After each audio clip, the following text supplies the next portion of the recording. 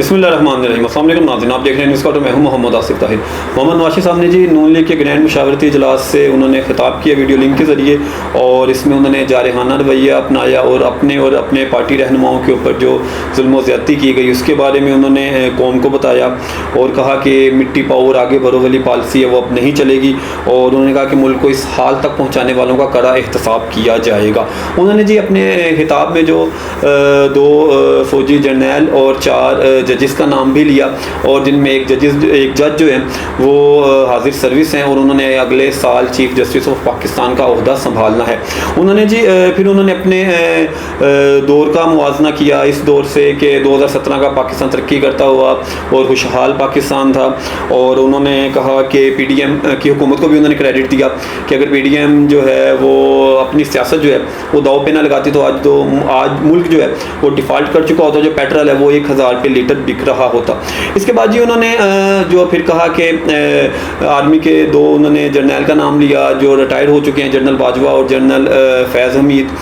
तो उन्होंने कहा कि इनका एहतसाब किया जाएगा और इनसे कौम सवाल पूछेगी। तो क्या आप मतलब चौथी मरतबा वज़ीर आज़म बन जाते हैं तो क्या आइन के आर्टिकल 6 के तहत इनके खिलाफ कार्रवाई की जाएगी? और नाज़रीन आपको याद होगा कि मियाँ साहब ने 2013 में जब इनकी हुकूमत बनी तो परवेज़ मुशर्रफ साहब के खिलाफ भी मियाँ साहब ने आर्टिकल 6 का मुकदमा बनाने की कोशिश की, लेकिन उसका रिज़ल्ट जो था वो कुछ नहीं निकला, और जनरल परवेज़ मुशर्रफ साहब मियाँ साहब के दौरे हुकूमत में ही वो बाहर चले गए और मियाँ साहब की हुकूमत का खात्मा कर दिया गया। और अब देखें जी अब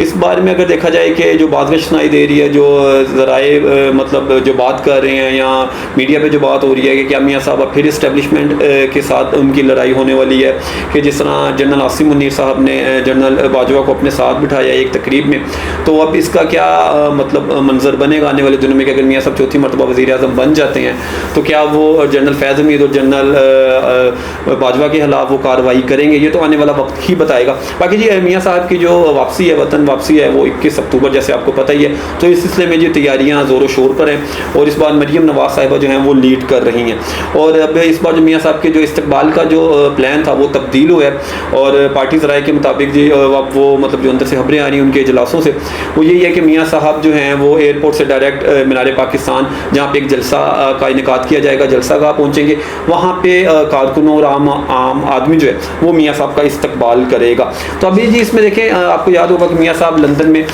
अभी तक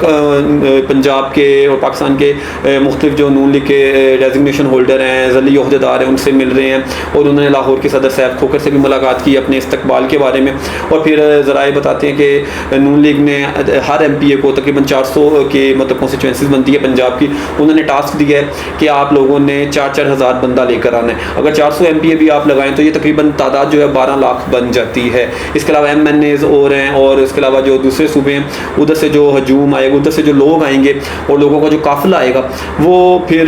दूसरा मतलब उसको फिर उसकी काउंटिंग दूसरी में की जाएगी। बाकी जब ये तवक्को है कि जो मियाँ साहब का वहाँ पे इस्तकबाल होगा मीनार पाकिस्तान में, वो एक बड़ा क्राउड जो है वहाँ पे आ सकता है। लेकिन जी अब मियाँ साहब को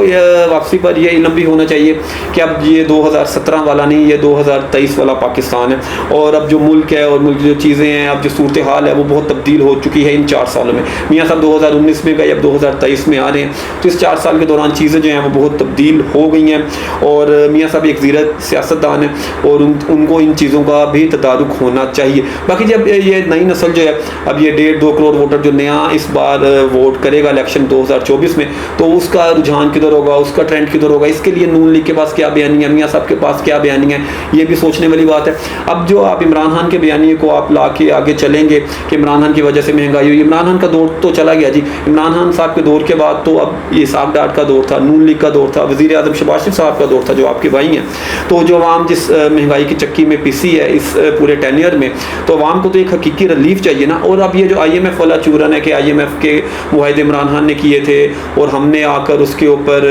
उसको इम्प्लीमेंट किया, उसके ऊपर अमल दरामद किया, तो ये अब आम आदमी इस चीज़ को समझने वाली नहीं है कि